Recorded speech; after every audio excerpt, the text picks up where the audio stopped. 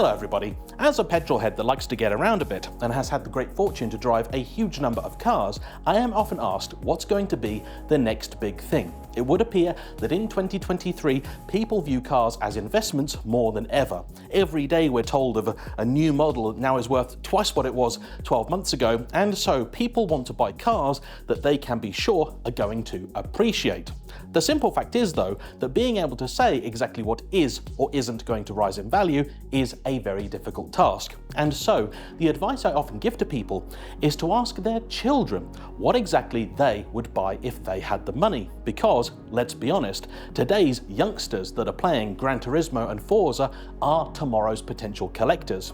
And so in that vein, we are here today at a very special location with my friend Anthony's son, Damani. Yes, we have come to the Shmuseum because, let's face it, we could have done this video on a laptop with Auto Trader open. But this is a slightly more fun way, and Tim, aka Shmee150, is not only a very warm and welcoming host, but happens to have a great selection of cars that I think might appeal to today and tomorrow's petrol heads. First off, let's get him in the building and then we will ask him to pick out a number of cars to have a closer look at. Enjoy.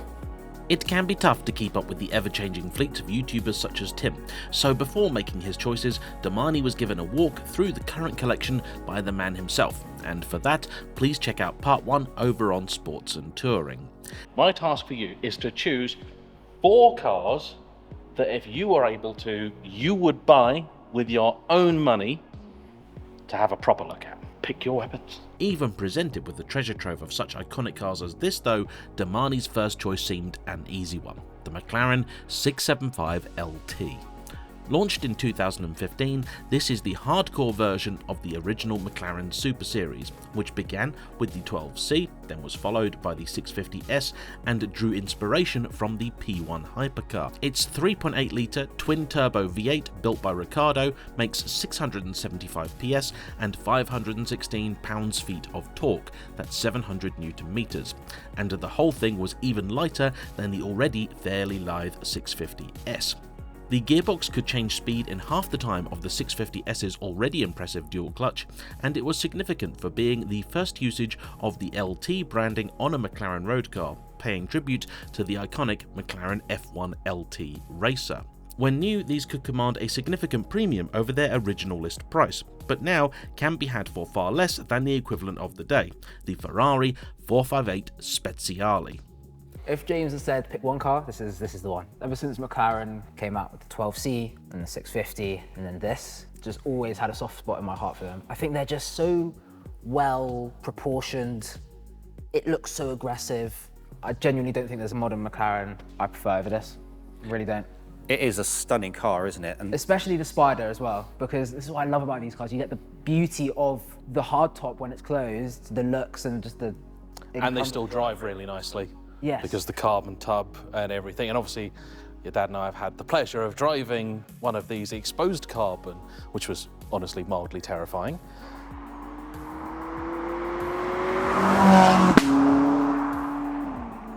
So, do you want to park yourself in? Oh, I get to sit in it? Yeah, good. That's the point. That's what we're here. Oh, yeah. Oh, I just... Now, Tim just told us a fun fact about the paint on this. Which I did already know. When he sold his Coupe 675 LT, he already had the center on order, so he knew he was going to have another one, but he wanted to keep an element of it.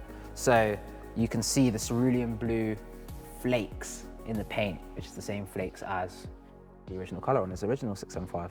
All right, let's get in. This has got the seats that I would have as well. The P1 seats, right? I think they may well be, yeah. Oh, the seats are nice. Oh, the driving position's really nice, actually. Yeah. And one of the things I love about these, you know, your dash is super low. That's the front of your car there. You got a good sense of where it all is. I love the raised, you can see like where the tops of the wheels are as well. I'm gonna properly get myself in. See, I remember the first time I drove a McLaren, someone I know was thinking about buying one, but they were a bit busy. So I said, you know, being the friend that I am, that I would go and test drive one, and it was down in Ascot. It was rubbish weather, it was horrible. It was a 650. I took it out, and of course, this is a big wide car. When you look at it, like it's a big old thing. And when I came back, of course, you know, it's a car dealership, so they've got cars like, you know, there's like that much space between each car. But when I got back, you just drive straight through because you're so confident. Like, you know, for our roads in Britain, this is like the perfect size. You can have so much fun just because you can place it so easily. You know, there are a lot of other cars, including stuff like the F12, where they're just so big, they're a little bit scary.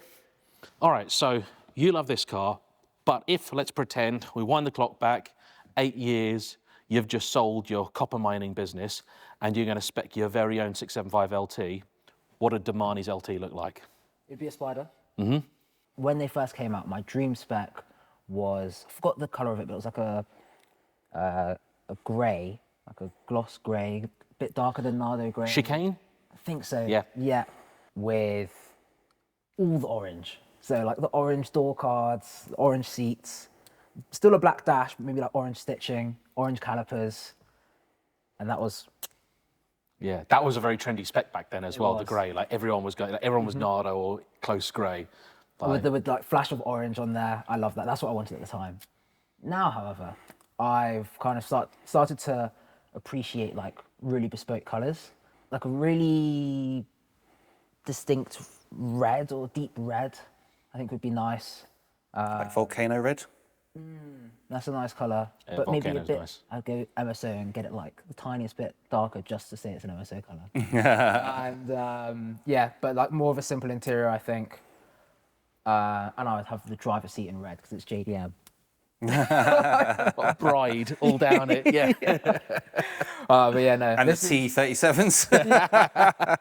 But yeah, no. This is genuinely. This is one of the dreams right here.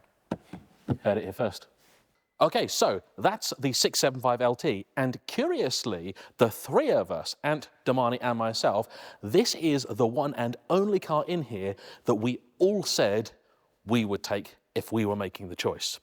Next up though, it's this, the Mercedes AMG SLS Black Series. Does anyone have to get out? Yeah. Following on from their collaboration with McLaren that produced the SLR, Mercedes brought the production of their next flagship in-house and drew clear inspiration from the 300 SL of the 1950s. Available as both a coupe and convertible, it is the hardtop which today is considered more desirable on account of the gull-wing doors. Released in 2010, dealers initially struggled to sell the SLS as the market compared it unfavourably to cars from Ferrari, Aston Martin and Porsche. Now though, they are beginning to be seen as a modern classic, but even aficionados often overlook the Black Series. This was a rethink of the philosophy for the Black Series, and it involved an increase of power to 631 horses, up from the 571 of the regular car, but a marginal decrease in torque. The red line was raised to 8,000 RPM, the car was lightened, and it was made a much more hardcore and focused vehicle over standard. The aim was to make it a more performance variant as opposed to the bruiser for which the Black Series had become known. Yet again though, unflattering comparisons with the 911 GT3 and RS of the day meant these were always destined to be a rarity. Now Damani, you surprised me with this one because first off, I wasn't sure you're actually going to go for any Mercedes, but I figured if you were going to, it had to be the GT Black. More aero, more crazy, more yellow. You had no hesitation. No. When we asked you what you were going for, you just looked at this and went, SLS. When you said pick four, the first two, easy. 675 and this. Always loved the SLS. It always had a bit of a soft edge to it. They just fixed it with this, the looks, the sound, and the doors. Have you ever been in an SLS? I have not, no. Let's fix that. I mean, that never gets old. No. Oh, it's so good. The explosive doors. Yep. Right, let's do this. Oh, wow. Oh, I love it's like a roller coaster. Woo!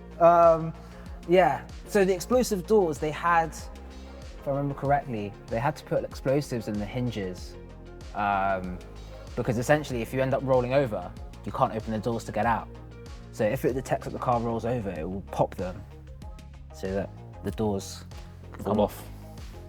so that you can get out of the car in case of an incident. These are nice seats. Oh, Recaro pole positions. I love these seats. I actually really want to get some of these for my car. they're just really comfortable. Are they pole positions? These look like very similar to the seats in the LT, actually. I asked Tim, and he said yes, they're pole positions. Ah, but they're just different slightly version. different because they've got the special cutout for the. That's it then. for the Pole button. positions are the best. Oh yeah. Yeah. So how does this feel coming from the Macca into this? It's interesting because this is like they're both the hardcore version, Yeah. but this still has that element of luxury. You know, you've still got all of the things, the big screen, big wide infotainment system.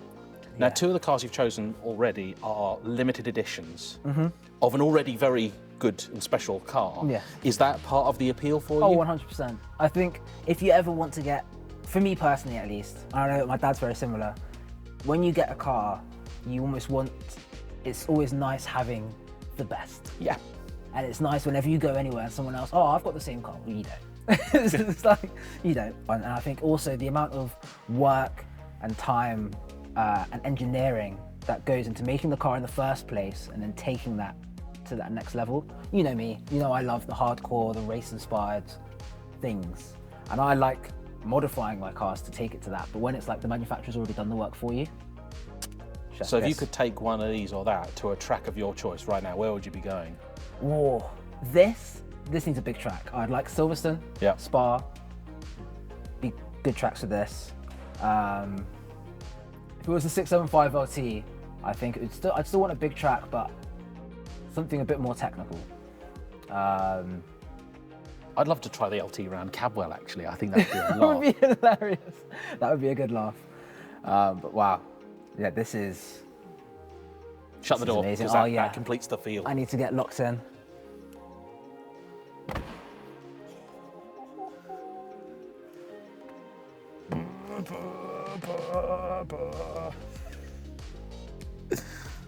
I love it.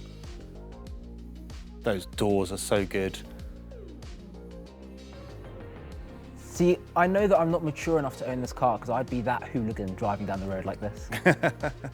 You just have to.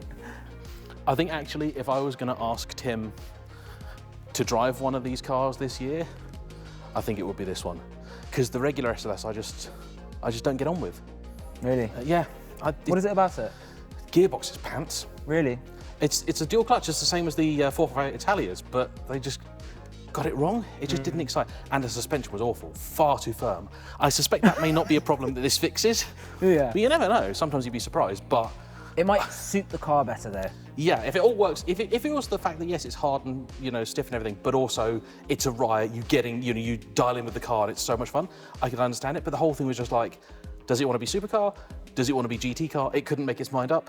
So yeah, I want to go at this. This is amazing. I love it. I never realised how thick the. Still, Yeah. it's big, isn't it? Love the carbon work. I love it. I want to look at it one more time with both the doors up.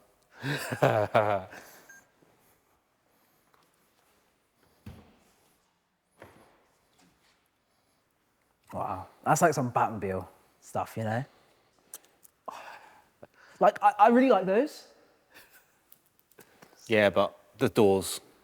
It's not even just the doors, it's just everything for me. The looks, the...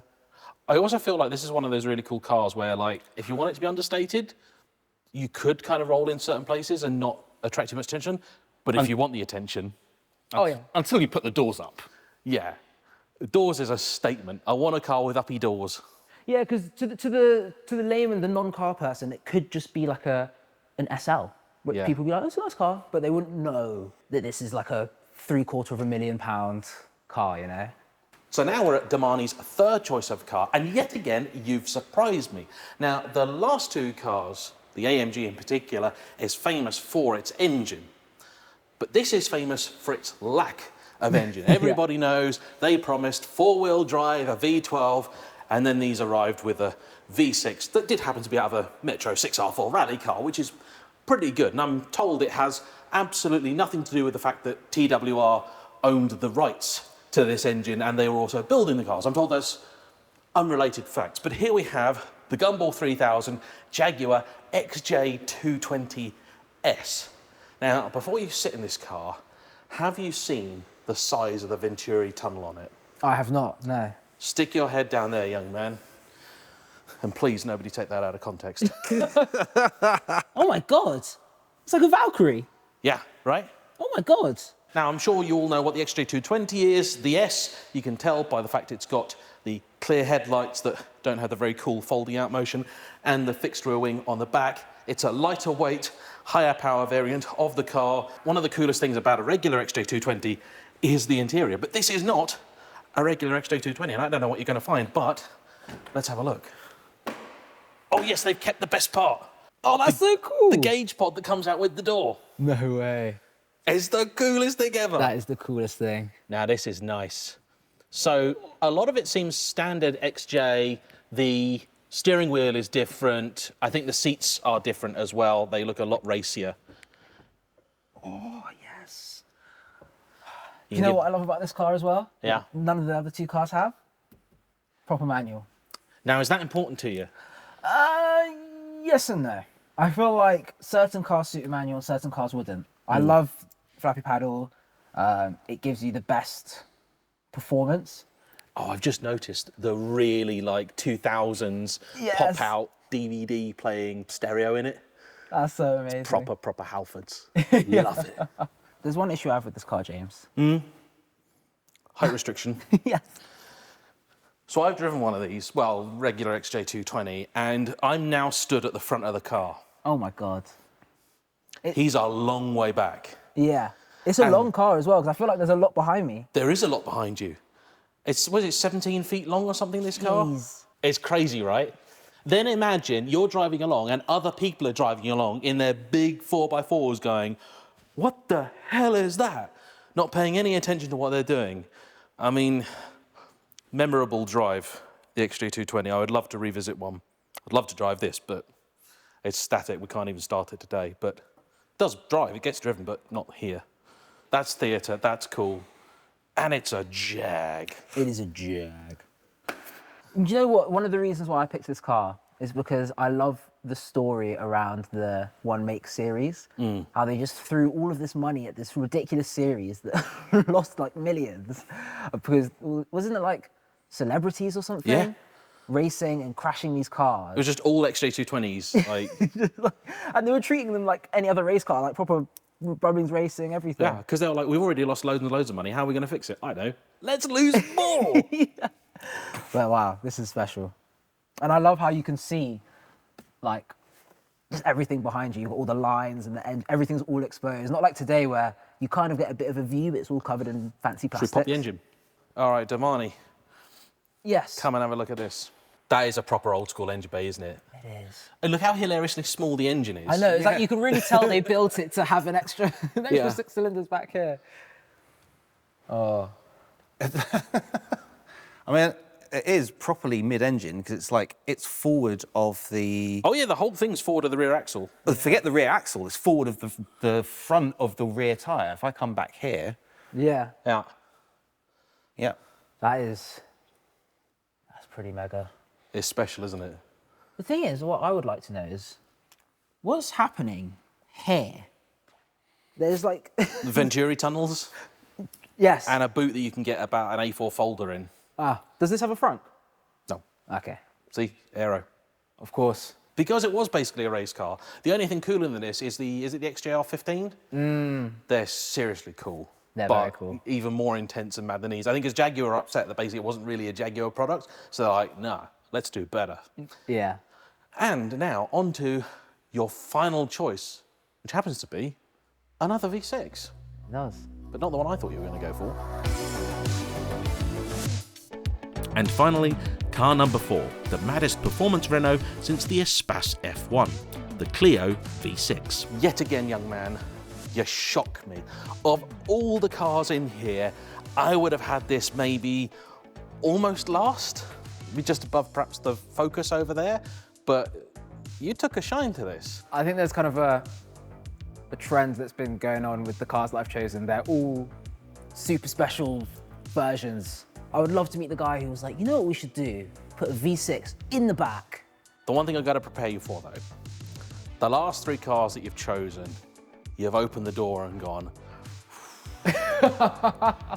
set your expectations low, my friend. The door handle is very cool. Wow! This is cool though. I like this. I like the location of the shifter as well. I mean, even the seats aren't actually like that sporty or No. anything else. This one's had a colour change, so Tim's done a bit, even put the belt a nice colour, so it is pretty cool looking. But yeah, once you're sat in it, it's just a near 20-year-old Clio, basically. Yes, with some fancy paint and stitching. But I reckon this would be a riot to drive. No traction control, no electronic gubbins. They're fun. Yeah. This phase 2 is allegedly a lot more stable and planted than the phase 1. I've only driven the phase 2, and you see what people are on about, because the big problem these had was, even back in the day, you could buy a regular hot Clio and it was basically just as quick, because the amount of weight that the engine added and the fact this chassis was never designed to have it in the back either, it kind of messed with it a little bit. But they are cool, and I feel silly that I mean, I didn't know the money then, but you know, they were sub 20 grand at one point, and I would have loved to have bought one then, but that ship has sailed. How much do they go for these days? 60, 70 grand, some of them? Really? Yeah. Wow. It's funny because this is like such an enthusiast car. You really have to know about it to know. And I feel like it almost comes from an era where, like almost like the Max Power era, where everything's so crazy, but it just works. Yeah. It's so good. I love It is it. awesome. Let's show you the boot and the back. Yes. So I always assumed, because there's an engine in the back, therefore, they gave it a frunk.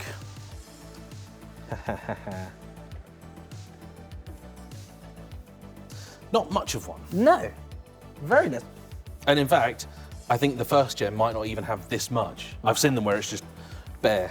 I love how it's not even like lined with anything. It's just plastic. But I've never seen in the back of one of these, so I'm actually looking forward to this. Oh, okay, so it's pretty easy to get to be fair. It is just clips. What way do they turn? Lefty loosey. Yeah. And it's like you go to a car meet and it's like, hey, so would you pop the hood? I was like, okay, yeah, give me 10 minutes. Yeah. I'm pretty sure we disassembled the McLaren Formula One car. I think we did. I think we did. And there she is. There she is. That's very cool. So does that intake go right to the side? Yeah, I think so. That's cool. Now, fun fact, I have actually driven another car with this engine, which is even rarer and weirder. It's a Venturi Atlantique. Wicked. The first of them had the old PRV engine in, but the second gen, the bi-turbos, had a version of this. It's a cool thing. It is a very cool thing. Is that mounted transverse? Yeah. Because you could have got this in like I think a Scenic or an Espace or something at the time, and an Aventime. Do you know what is the one Renault that would top this for me though? Spider? It's a good one. But the Megane V6. Yeah. Now those are very, very rare. They're cool. I would have it in the old school rally colours as well, the yellow and blue. Yeah. Renault have made some really cool cars over the years. This one, I feel like they were particularly determined to be strange. Yeah. But in a fun way, not like a Velsatis kind of way. I'm actually really interested to see what Renault do with the how they're bringing back the Renault 5. Well, I think a lot of people forget, you know, that there were always cars a bit like this, and I guess in some way like the XJ220 and, you know, the SLS. They were halo cars. They were never designed to sell in big quantity. They were designed to make you go, yeah, I've got a Clio. Okay, it's a 1.2, but it's basically like one of these. And you tell your mates, my car, same interior as Clio V6 there. Yeah, basically the same thing. My car's almost as quick as that. Yeah. Weight distribution in it, you know. And I think that's a shame. A lot of manufacturers have kind of lost that kind of like, you know, top of the line, like we know it's not going to sell thing, but we don't care because people are just going to find it cool, and that's a shame. Yeah. But this is mega. I would love to drive this one day. One of these. Very cool thing. One day. One day. There we have it. That is a little look around the Shmuseum with my friend Damani and behind the camera. And have you had a good day out? I've had a great day. Yeah, it Excellent. was a complete surprise to me as well, this whole thing, so it was awesome. I think it's been about 10 years since I've last seen Shmee as well, so that was a nice catch up. Yeah, that was pretty fun. to see Insert the photo. picture here. Yeah. I think you were both arguing as to who looked worse.